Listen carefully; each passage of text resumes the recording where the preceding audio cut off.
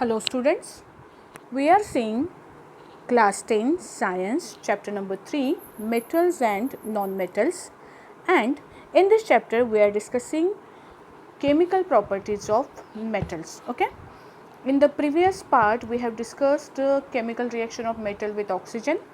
Now we are going to focus on chemical reaction between metal and water. Okay, reaction of metal with water. See, reaction of metal with water.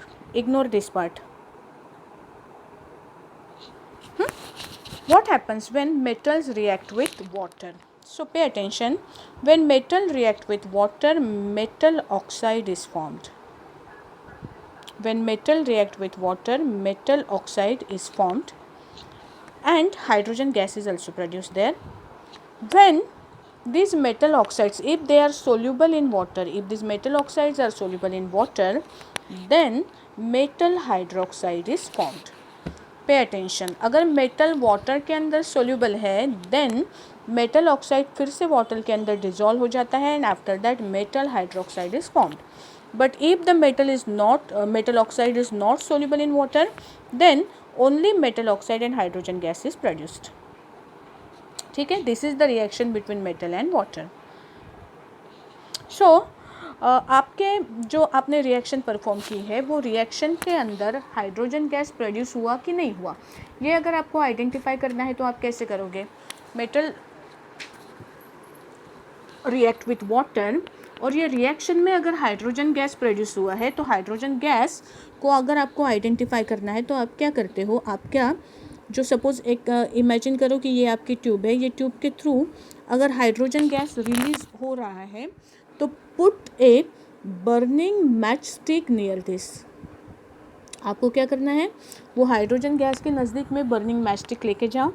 Now if the hydrogen gas is produce तो दो चीज़ें हो सकती है. पहली तो आपकी match stick burn of हो जाएंगी, वो बुझ जाएंगी and there is a formation of pop sound like this. If the sound is produced and your matchstick is burned off, then you can say that the gas produced in that reaction is hydrogen gas. Okay, so by testing this reaction you can identify if hydrogen gas is by testing this method you can identify whether hydrogen gas is produced there or not. Now हमने ये भी consider किया है पहले जब हमने oxygen के साथ में रिएक्शन देखी थी तो हमने कंसिडर किया था कि सारे के सारे मेटल्स जो है वो सेम रेट से ऑक्सीजन के साथ में रिएक्ट नहीं होते. कुछ मेटल्स ऐसे हैं जो विगरसली रिएक्ट होते हैं, बहुत फास्ट रिएक्शन होती है उनकी, और कुछ मेटल्स ऐसे हैं जो स्लोली रिएक्ट होते, कुछ तो रिएक्ट होते भी नहीं. इन द सेम मैनर वाटर के साथ में अगर हमने रिएक्शन कंसिडर की तो the rate of reaction is different for different metals. For example, if we talk about potassium and sodium, these two metals react vigorously even with cold water. आपके पास अगर cold water है तो उसके साथ भी sodium potassium react करते हैं. React करने के बाद में they form hydroxides and hydroxides तो प्रोड्यूस होते ही है. और ये रिएक्शन में जैसे हमने पहली रिएक्शन कंसिडर की थी कि जब सोडियम रिएक्ट होता है वाटर के साथ में तो सोडियम हाइड्रोक्साइड प्रोड्यूस होता है, साथ में हाइड्रोजन गैस भी प्रोड्यूस होती है और हीट भी प्रोड्यूस होती है. ये हाइड्रोजन गैस ये हीट की वजह से ये क्या होता है, इट कैच फायर. तो ये जो रिएक्शन होती है ये मामूली रिएक्शन नहीं होती, ये रिएक्शन एक्सप्लोजन के साथ में होती है, यहाँ पे आग लगने के चांसेस होते हैं. Okay, so that is why we say that sodium and potassium react vigorously with cold water. जो केस सोडियम की है in the same is the case for potassium also. Sodium, potassium both reacts in the same way with water. Now if we talk about calcium, calcium की बात करें तो calcium reactive है but वो जो है वो सोडियम और पोटेशियम जितना हाईली रिएक्टिव नहीं है, वो सोडियम पोटेशियम के कंपैरिजन में कम रिएक्टिव है. तो ये सिचुएशन में क्या होता है, they also it also reacts with cold water but it reacts less vigorously. मतलब यहाँ पे क्या होगा, यहाँ पे टेम्परेचर इंक्रीज होगा लेकिन आग नहीं लगेगी, इतना ज़्यादा अमाउंट ऑफ हीट वहाँ पे प्रोड्यूस नहीं हो सकती कि हाइड्रोजन फायर कैच कर सके. So it reacts less vigorously. Sodium and potassium react vigorously, calcium react less vigorously. If we talk about magnesium, तो magnesium do not react with cold water. magnesium की cold water के साथ reaction ही नहीं होती है because it is less reactive in comparison with above 3 elements. Magnesium is less reactive so it do not react with cold water. हाँ, अगर cold water की जगह पे आपने हॉट वाटर कंसिडर किया तो हॉट वाटर के साथ में ये रिएक्शन परफॉर्म करता है. Magnesium react with hot water. Then aluminium, iron and zinc, they do not react with hot water also. They react with steam to produce oxides and hydrogen.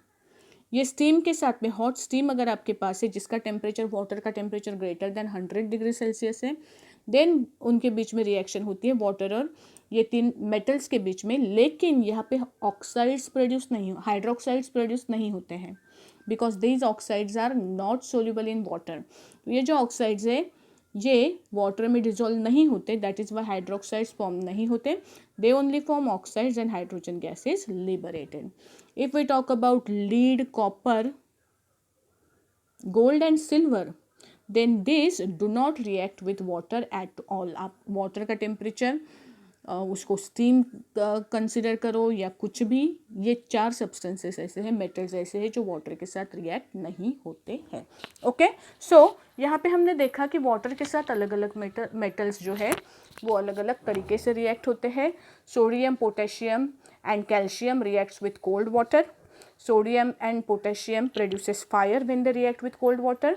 Calcium react with cold water to produce sodium hydroxide and hydrogen. The reaction takes place less vigorously.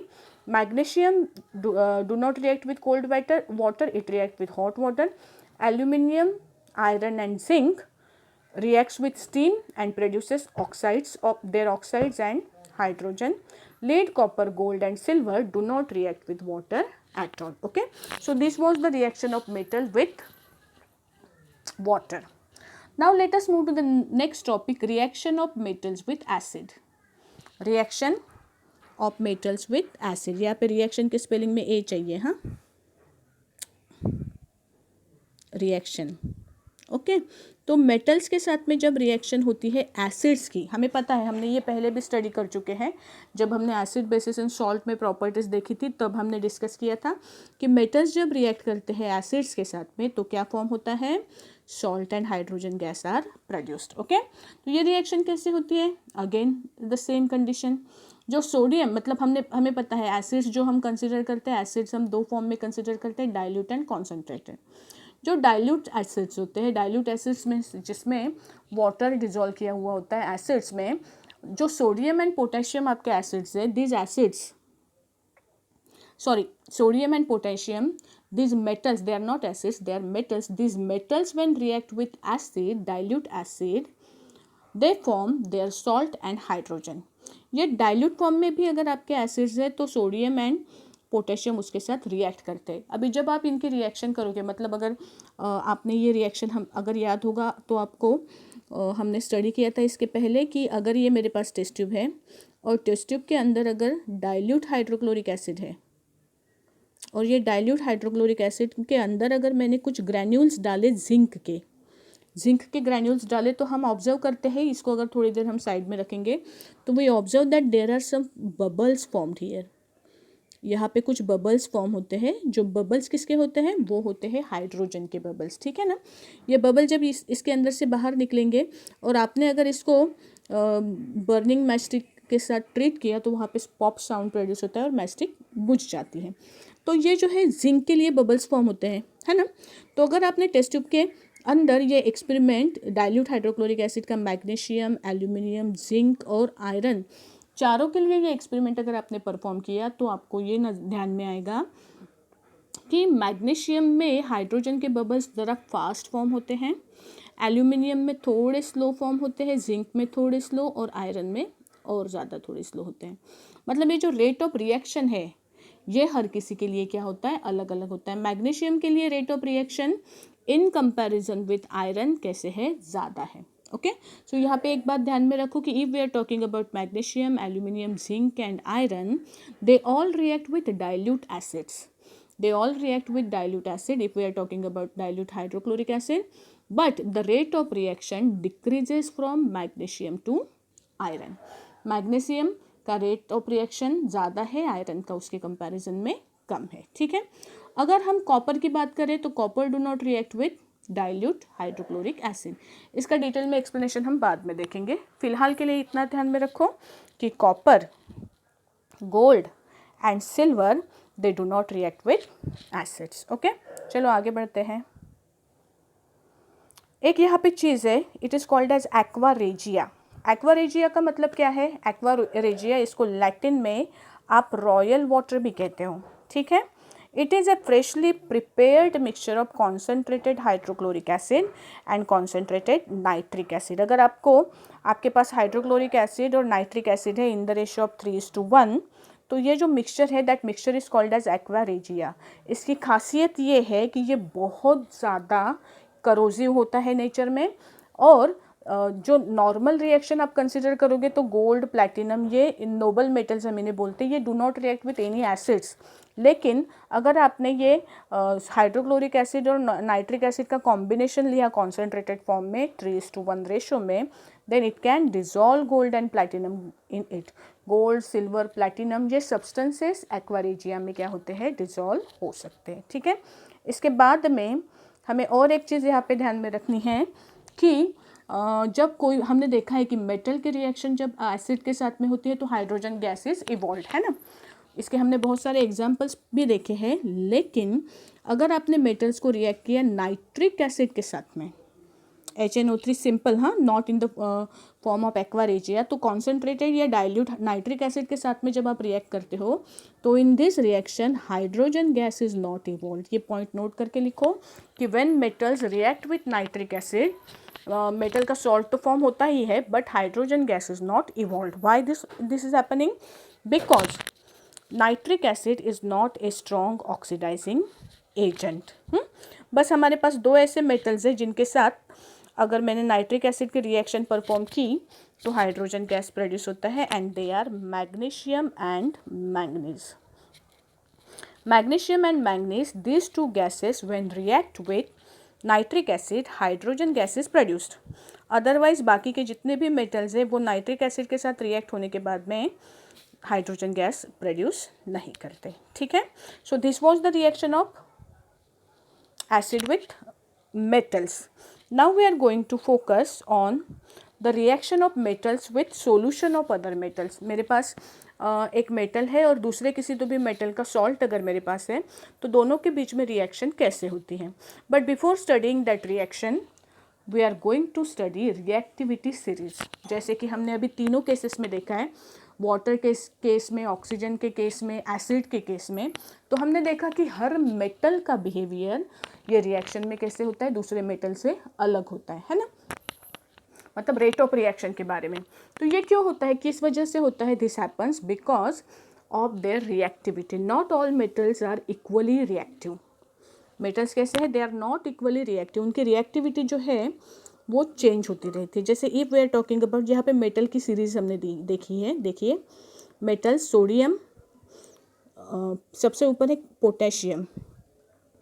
It is the most reactive metal. सारे metals में सबसे reactive metal है potassium. इसके वजह से जिस किसी के साथ भी, मतलब ऑक्सीजन के साथ में, वाटर के साथ में या एसिड के साथ में, किसके साथ भी रिएक्शन करनी है तो पोटेशियम जो है ये विगरसली रिएक्शन परफॉर्म करता है, एक्सप्लोजिवली ही रिएक्ट होता है। Why? Because it is most reactive metal. Okay, उसके बाद में जैसे जैसे अपन नीचे जाएंगे इसकी रिएक्टिविटी क्या होती है? डिक्रीज होती जाती है। ठीक है, सबसे रिएक्टिव है पोटेशियम, पोटेशियम के बाद sodium, then calcium, then magnesium, then aluminium, then zinc, then iron, then lead. Lead के बाद में आता है हाइड्रोजन। देखो, हाइड्रोजन को अलग तरीके से थोड़ा सा हाईलाइट किया है because hydrogen is not a metal. Hydrogen को हम रिएक्टिविटी सीरीज में कंसिडर करते हैं but hydrogen is not a metal. Hydrogen से नीचे के जो मेटल्स है, कॉपर, मर्क्यूरी, सिल्वर और गोल्ड, इसको अगर हम कंसिडर करें तो पहले जो ऊपर के मेटल्स है they are highly reactive metals और रिएक्टिविटी धीरे धीरे कम होती जाती है। तो ये जो नीचे के मेटल्स है दे आर लीस्ट रिएक्टिव, उनके मैक्सिमम लोगों के साथ रिएक्शन, मैक्सिमम सब्सटेंसेस के साथ में रिएक्शन नहीं होती, that is why they are also called as noble metals, they are what, noble metals. ठीक है, जो हाइड्रोजन के नीचे के मेटल्स है देखो, copper, magnesium, copper, mercury, silver और गोल्ड, ये चारों मेटल जो है इसकी रिएक्टिविटी हाइड्रोजन से कम है। तो ये जो है चारों, ये do not react with acids, किसी भी एसिड के साथ में इसकी रिएक्शन परफॉर्म नहीं करते। हाइड्रोजन के ऊपर जिनकी रिएक्टिविटी है, जो हाइड्रोजन से ज़्यादा रिएक्टिव है, वो ही सिर्फ एसिड्स के साथ में रिएक्ट करके हाइड्रोजन गैस रिलीज करते हैं। So this note you should remember that metals below hydrogen do not react with acid, metals below hydrogen do not react with acids. okay, so ये हमने पहले reactivity series को देख लिया. Now we will study the reaction of metal with solution of other metals. चलो see, when a more reactive metal react with the solution of less reactive metal, it displaces the less reactive metal. इसका मतलब क्या है देखो, इसका मतलब ये है कि मेरे पास दो मेटल्स हैं. पहला मेटल प्योर फॉर्म में है, उसे मैंने नाम दिया मेटल ए. दूसरा मेटल जो है उसका सॉल्यूशन है, सपोज मेरे पास सॉल्ट सॉल्यूशन है मेटल बी का. यहाँ पे एग्जांपल के लिए हम कंसिडर करते हैं मेरे पास आयरन मेटल है और दूसरा सॉल्यूशन है कॉपर सल्फेट का. Copper sulphate is blue in colour. अगर आप रिएक्टिविटी सीरीज में जाके देखोगे तो आपको समझ में आएगा कि आयरन जो है ये कॉपर से ज़्यादा रिएक्टिव है. तो जब ज़्यादा रिएक्टिव मेटल को आप कम रिएक्टिव मेटल के सॉल्ट के साथ में रिएक्ट करते हैं तो ये क्या होता है, जो ज़्यादा रिएक्टिव है वो कम रिएक्टिव वाले को जगह से हटा देता है और उसकी जगह पे खुद डिस्प्लेस होता है. मतलब कॉपर सल्फेट में से कॉपर हट जाएगा, आयरन उसकी प्लेस लेगा, हमें सोल्यूशन मिलेगा फेरस सल्फेट आयरन सल्फेट का, और कॉपर क्या होगा, फ्री स्टेट में सेपरेट हो जाएगा. सो ये जो रिएक्शन है इसे हम डिस्प्लेसमेंट रिएक्शन बोलते हैं. और ये कब होगा, ये तब होगा जब आपने कम रिएक्टिव लेस रिएक्टिव मेटल का सॉल्यूशन लिया और उसमें हाईली रिएक्टिव और मोर रिएक्टिव मेटल को ऐड किया. अगर मैंने ये अपोजिट किया, मतलब अगर मैंने कॉपर को ऐड किया आयरन सल्फेट के सॉल्यूशन के साथ में, तो ये रिएक्शन परफॉर्म होगी क्या, नहीं, ये रिएक्शन परफॉर्म नहीं होगी, क्योंकि आयरन जो है वो ज़्यादा रिएक्टिव है कॉपर से. तो copper can not replace iron, iron की प्लेस को वो कॉपर क्या रिप्लेस नहीं कर सकता है. ठीक है, तो the opposite reaction is not possible. हमने ये एक्सपेरिमेंट इस तरह से देखा है कि अगर एक टेस्ट ट्यूब में कॉपर सल्फेट का ब्लू कलर का सॉल्यूशन आपने लिया और उसके अंदर अगर आपने आयरन का नेल डाला और उसको 4-5 घंटे के लिए अगर हमने साइड में रखा, after some time you will observe that ये जो ब्लू कलर का सॉल्यूशन था कॉपर सल्फेट का, ये धीरे धीरे इसका कलर चेंज होता है ग्रीन में. ठीक है, और अगर आपने ये आयरन का नेल अगर बाहर निकाला थोड़ी देर के बाद में, तो you will see that copper get deposited on the iron nail. आपके आयरन नेल के ऊपर कॉपर का क्या चढ़ गया है, कोटिंग चढ़ गया है. So this is what we call as displacement reaction. ठीक है, बाकी का हम नेक्स्ट पार्ट में देखेंगे.